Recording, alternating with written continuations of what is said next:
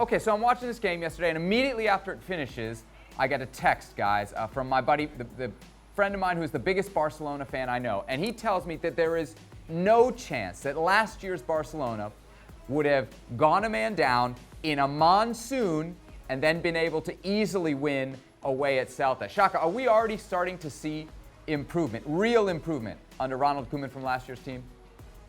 Yes, but it's early. It's early days. Listen, there's a long way to go between not just now and the end of the season, but now and when this league kind of kicks into gear and everybody starts finding their true selves. But given the disappointments of Barcelona last season, not just in terms of results, but in terms of performances, what you've seen this season, and in particular what we maybe expected, given some of the negative headlines around Koeman and around everything that was happening with Barcelona, including Lionel Messi, this is exactly the start you want, you know. And as much as we're willing to read into it, of course, it has to be with the caveat that we're just 2 games in, but that's all we have to go on. And what we have to go on has been very impressive. Gab, if you look at this Barcelona team, of course, the big worries were about the defense. They have yet to concede this season. We should also note they haven't had Ter Stegen in goal, so even more impressive there. Should we start to give Koeman some credit? Because a couple weeks ago, we were very critical of his handling of issues off the field. The phone call to Luis Suarez, it was far too short. On the field, though, so far so good. Look, I think off the field, in some ways, you know, Koeman can't win. He can either make things a lot worse, or he can either just make things worse. You know, when you think of things like the phone call to Luis Suarez, however long it was, you know, what's he going to do? He's still going to have a certain number of people who believe that letting Suarez go is wrong, be against him. So I kind of want to give him a pass for that part. What I've seen on the pitch, the scores are very evident, but I'm going to withhold judgment again until I see more, because, you know, opening day, I just thought Villarreal just simply they didn't show up at all. You know, 4-0 up at halftime, defensive mistakes, and it was easy for Barcelona to pick them off.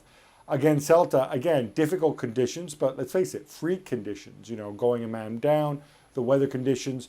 So I still need to see Barcelona play before I kind of, you know, in normal conditions against normal opponents who perform well, to see how they do, to see how these pieces fit together. You know, it's 2 matches in, like you said.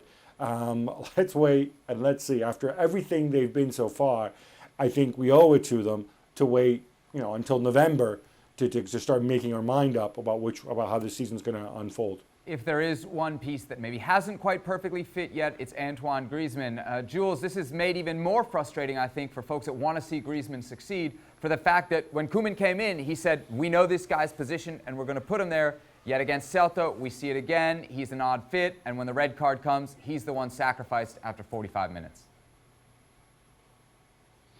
That's right, and I would go even further than that, in the sense that Ronald Koeman had a chat, had a conversation, a very, very serious, quite strong conversation with Antoine Griezmann to reassure him, to say that don't worry, I'm here now, I will play you in your best position because I want to get the best out of you. And I don't know if Koeman was saying that thinking that Leo Messi would go, because that was right at the time where Messi said he wanted to go and he was trying to leave the club.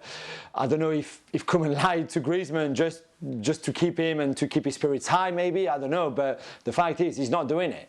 You know, I don't care what Koeman can say now, but he's not playing Griezmann in his best position to get the best out of him. He's playing wide, basically just in the last position that he could put him in, and see what happens. And then, as you said, he took him off after 45 minutes to bring on another centre-back, which I can understand, but it just doesn't look good. I don't think Antoine is enjoying his football at all.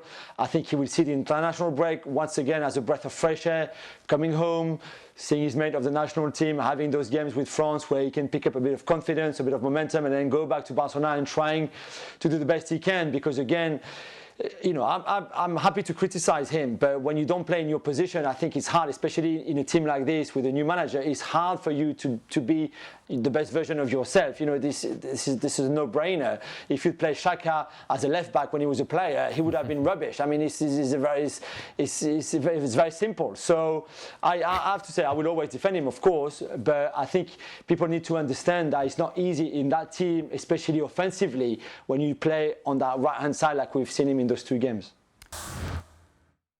Thanks so much for watching ESPN on YouTube. And for more sports highlights and analysis, be sure to download the ESPN app. And for premium content and live streaming, subscribe to ESPN Plus.